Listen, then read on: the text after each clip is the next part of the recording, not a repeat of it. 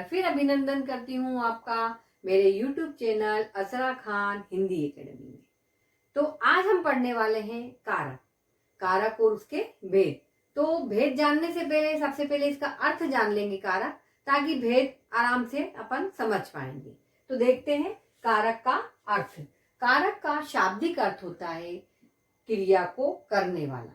शाब्दिक यानी कारक का अर्थ होता है क्रिया को करने वाला, अर्थात क्रिया को पूरी करने में किसी न किसी की भूमिका को निभाने वाला। अब हम कोई कार्य कर रहे हैं, है ना, तो क्रिया यानी खेलना, उठना, बैठना, ये सब क्या है? क्रिया है।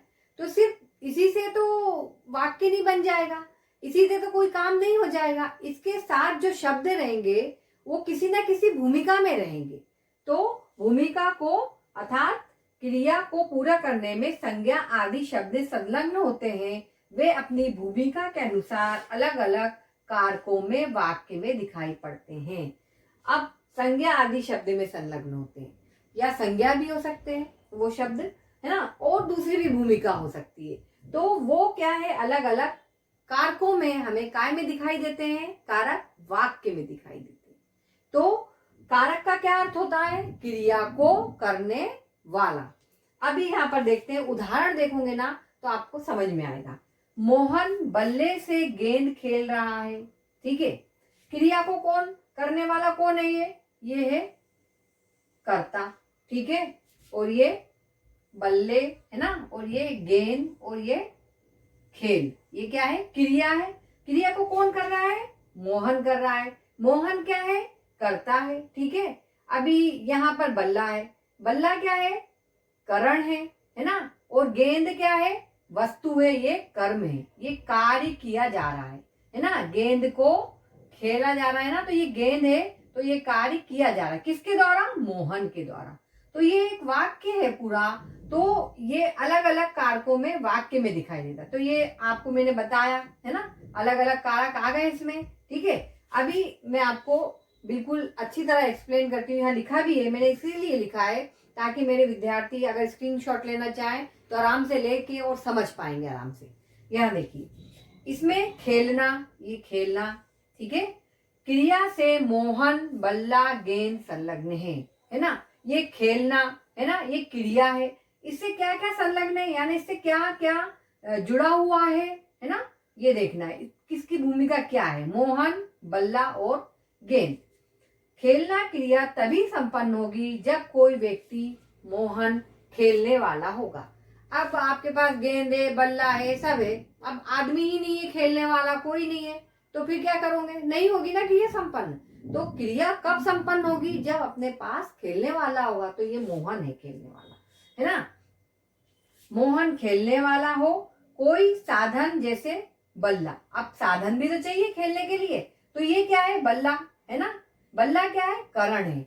और कोई वस्तु, ये वस्तु, वस्तु क्या है यहाँ पर? ये गेंद है, गेंद। व्याकरण में ये भूमिका कारकों के अलग अलग भेदों जैसे कर्ता, कर्म, करण आदि से स्पष्ट होती है। इसमें मोहन कर्ता, गेंद कर्म और बल्ला करण है। तो मैंने आपको क्या बताया? व्याकरण में ये भूमिका कारकों के अलग अलग भेदों। तो कारकों के अलग अलग भेद, अभी कारक के भेद हमने पढ़े नहीं है ना। मैंने आपको सिर्फ ये आपको कारक का अर्थ बताया है, और कारक का अर्थ समझाने के लिए मैंने ये एक उदाहरण दिया आपको कि जब हम क्रिया करते हैं तो सबकी अपनी अपनी भूमिका होती है, और जो भूमिका होती है वो अलग अलग कारकों में हमें दिखाई देती है। अब देखते हैं कारक के भेद। कुल टोटल 8 भेद होते हैं, एक एक करके एक्सप्लेन करूंगी। आपने अर्थ सीख लिया है तो ये ज्यादा डिफिकल्ट नहीं जाएगा, बहुत इजी जाने वाला है। अभी देखते हैं कर्ता। कर्ता ने जो कार्य को कर रहा है, जो या क्रिया को करने वाला, वो क्या कहलाता है? कर्ता। अभी यहाँ पर देखो, कुत्ता दौड़ रहा है, कुत्ता दौड़ रहा है, दौड़ रहा है। अभी ये कर्ता है, दौड़ना क्रिया है, क्रिया को करने वाला कौन है? कुत्ता है, ठीक है। चिड़िया उड़ रही है ना, उड़ना क्रिया है, मगर कर्ता कौन है? चिड़िया है ना, चिड़िया है, जब भी तो क्रिया हो रही है, ठीक है। अभी आपने देखा, मैंने बताया आपको, ये मैंने सिर्फ ये कर्ता बताया। अब कर्ता ने, मोहन ने किताब पढ़ी, कर्ता ने आया, ने आया ना, तो कर्ता है ना। अब है कर्म को, क्रिया का फल जिस पर पड़ रहा हो, अब उसका रिजल्ट है ना, क्रिया का फल जो रिजल्ट आया है वो जिस पर पड़ रहा हो वो क्या हुआ, कर्म हुआ। करण से के द्वारा कोई कार्य किया जा रहा है मगर किसी और के द्वारा किया जा रहा है वो कार्य, है ना, तो वो क्या हुआ, करण। संप्रदान को, के लिए, किसी के लिए, ठीक है। संप्रदान इसमें क्या आएंगे, को, के लिए या किसी और के लिए। यहाँ क्या है, किसी के द्वारा किया जा रहा है और किसी के लिए किया जा रहा है काम, ठीक है, दोनों में फर्क है। अपदान से, अपदान यानी अपदान से अलग होना या पृथक होना, ठीक है। मोहन दिल्ली से आज ही आया, अब उसने दिल्ली छोड़ दी है, पूर्व की अवस्था हो गई वो, तो वो क्या हो गया, पृथक हो गया ना, दिल्ली से क्या हो गया, अलग हो गया, तो ये क्या है, अपदान। मोहन दिल्ली से आज ही आया, ये देखो पृथक होना, और ये जो इसमें बहुत अंतर है। हाँ, ये करण बहुत से इसी में गलती होती है, यहाँ पर देख लें आप लोग, सब करण और अपदान, यहाँ भी से है और यहाँ भी से। अब आप लोग मैडम बोलोगे मोहन दिल्ली से तो इसमें भी आ गया, इसमें भी आया, मगर आप ये याद रखो ना, किसी कोई कार्य, किसी के कोई कार्य किया जा रहा किसी और के द्वारा। मोहन ने पुस्तक भिजवाई नौकर के द्वारा, है ना, मोहन ये अलग हो गया ना, ठीक है, आया समझ में, किसी और के द्वारा पुस्तक भिजवाना है अपन ने, है ना, ठीक है, आया किसी और के द्वारा, नौकर के द्वारा पुस्तक भिजवाई, है ना, तो ये क्या हो गया, ये करण हो गया। यहाँ पर आपको क्या ध्यान में रखना है, करण और अपदान में यहाँ भी से है, यहाँ भी से। आप लोगों का दिमाग में चल रहा होगा ये डिफिकल्टी कि भाई दोनों से है तो हम कैसे करेंगे, तो उसमें ये याद रखना, किसी कोई कार्य किया जा रहा किसी और के द्वारा, तो वहां पर क्या आएगा, करण आएगा। अगर से आता है तो करण आएगा, क्यों, क्योंकि किसी और के द्वारा किया जा रहा है। अभी अपदान यानी क्या होता है, इसमें भी से है, मगर अपदान का मतलब होता है अलग होना या पृथक होना, है ना। मोहन दिल्ली से आज ही आया, पूर्व की अवस्था, दिल्ली क्या है, पूर्व की अवस्था है, वो उसको छोड़ चुका है ना, तो ये हो गया, अलग हो गया है वो दिल्ली से, तो ये अपदान। जहां अलग होने की बात आएगी वहां और से आता है तो अपदान, और जहां पर कोई कार्य किसी और के द्वारा कराया जा रहा है तो वहां पर करण। अब अधिकरण देख लो, का, के, की और रा, री, रे, ये दो चीज, ये दोनों ये शब्द आएंगे, ये है ना, तो अपने को ये वर्णमान देखना पड़ेगा, दो चीजों में संबंध, ये इसमें क्या आएगा, अधिकरण में दो चीजों में संबंध बताया जाएगा, तो वहां पर अधिकरण होगा। संबंध कारक में पर या तो ऊपर या तो नीचे, या तो ऊपर या तो नीचे, ऐसा उदाहरण आपको मैं आगे अगले वीडियो में बताऊंगी ना, तो आपको समझ में आएगा। अभी ये संबोधन कारक, ये क्या देता है, किसी का ध्यान आकर्षित करना हो ना, या चेतावनी देना हो, तो संबोधन कारक आता है। इसमें देखो ये शब्द आने वाले, अरे हो, अहो, रे, अरे मोहन आया, अरे मोहन आया, तो ध्यान आकर्षित करना हो, है ना, या चेतावनी देना हो, तो संबोधन बोधक कारक आएंगे। अभी देखो आपको मैंने ये बताया, अब इसको आपको क्या करना है, आपको ये लर्न करना पड़ेगा पूरे 8, कर्ता ने, कर्म को, करण से, के द्वारा, संप्रदान को, के लिए, अपदान से, ठीक है, और अधिकरण का, के, की, रा, रे, री। संबोधन कारक क्या है, अरे हो, अहो, रे, और संबंध कारक क्या है, में, पर। तो ये आपको लाइन से याद करना पड़ेगा, जब भी आप कर्ता के भेद समझ पाएंगे। अभी मैं आपको उदाहरण अगले वीडियो में देती हूँ। कारक के जो भेद हैं उनके उदाहरण देखते हैं। सबसे पहले कर्ता का देखते हैं, है ना। कर्ता, कुत्ता दौड़ रहा है, यहाँ कर्ता क्या है, ये कुत्ता, ये क्या है, कर्ता है। अभी क्या है, चिड़िया उड़ रही है, चिड़िया उड़ रही है। अगर कर्ता ही नहीं होगा तो कर्म कैसे होगा, तो चिड़िया है तभी तो उड़ेगी, है ना, कुत्ता है तभी तो दौड़ेगा, तो ये दोनों क्या है, ये दोनों कर्ता है। अभी कर्ता क्या है, कर्ता ने, मोहन ने, देखो मोहन ने किताब पढ़ी, किताब पढ़ी। अभी ये ने आया, कर्ता ने, क्या बोला था मैंने, कर्ता ने।